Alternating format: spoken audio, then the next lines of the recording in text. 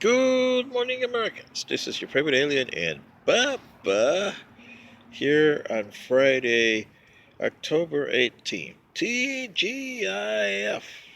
Wow. Well, I had wanted to do the rest of the story, but not Paul Harvey. This will be my rest of the story today. So here it goes. Well, Americans, this is your favorite alien, and I want to do the rest of the story. I did a video a couple months ago on Full Circle, which was after the Mushka came to attack you in 2065, in February 2066. I came down here and surveyed the devastation that was here. The western United States was heavily devastated, and the eastern part looked so much better, but it was devastated. So I was walking in what you would call Washington, D.C. It wasn't infested then. Uh, it was desolate, devastation all over the place. And I came across this guy, as I told you in my other video. He was about 80 years old. And he was sitting on this bench across the street from what used to be your White House. It was so much rubble on there, you couldn't recognize the White House from it is today. Anyway, I spent a good hour and a half with him. He never said his full name, he just said he was Jeff. And that's when he told me that story, which I told you in my other video, about Soltar and the Americans. If you don't know Soltar, look him up. He was a Greek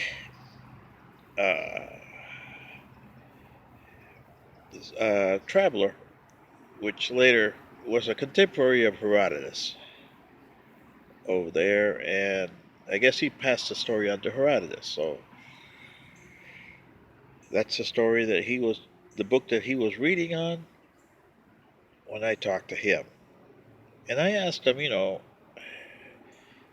you see the bad guys that did this devastation a year ago or a couple months before? And he said, no, they were here.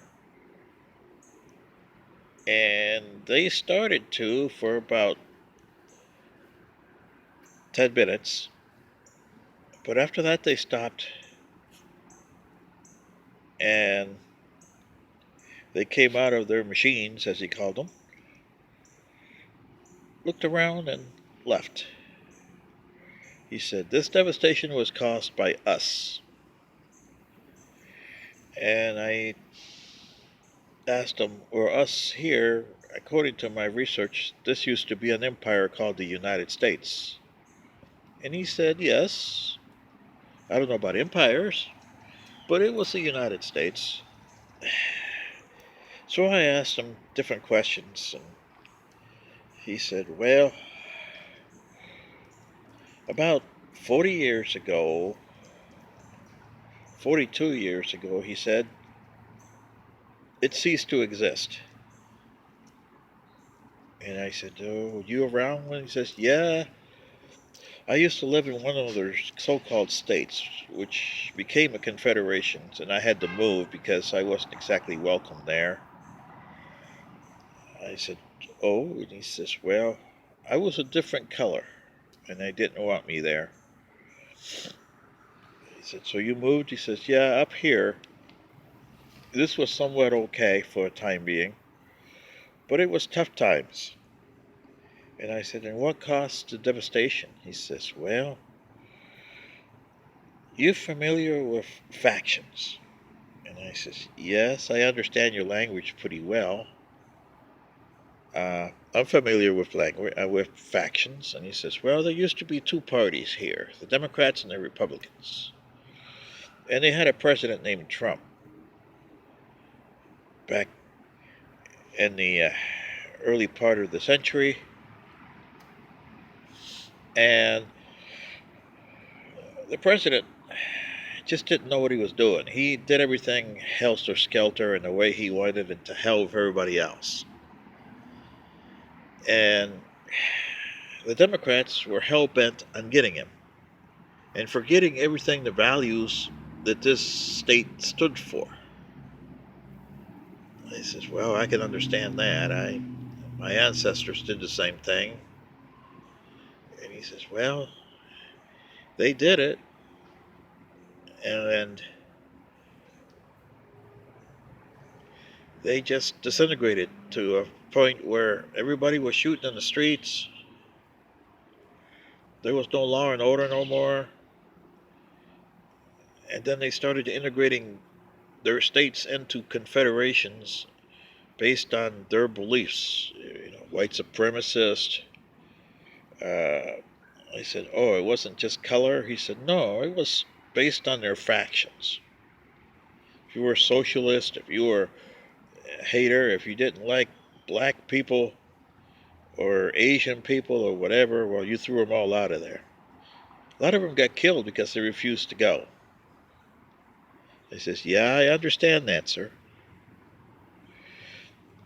And then I said, and what happened over there, looking to the Capitol, which the dome was not there, it was just the Capitol with no dome on it. He says, well,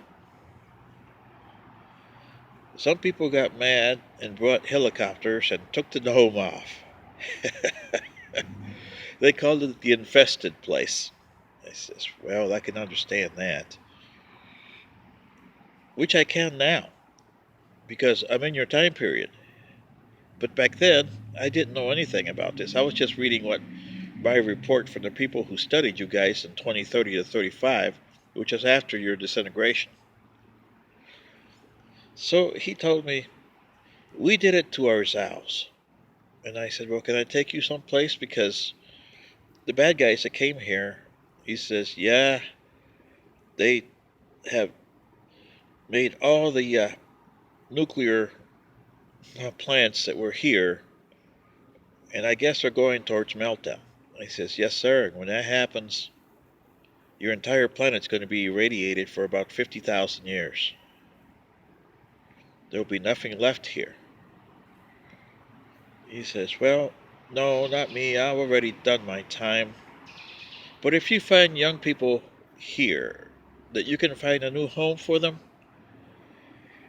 and make them not make the mistakes that their ancestors did. And I said, okay, sir. I'll talk to my bosses and see if they'll allow me to do that, because I have instructions of not interfering here. So I left him, said goodbye to Jeff. Should have found out what his last name was. Well, he told me about people, like I said, kindred spirit patron nurse. He seemed to know her a lot. But I asked my bosses, and they told me I could only bring 300,000.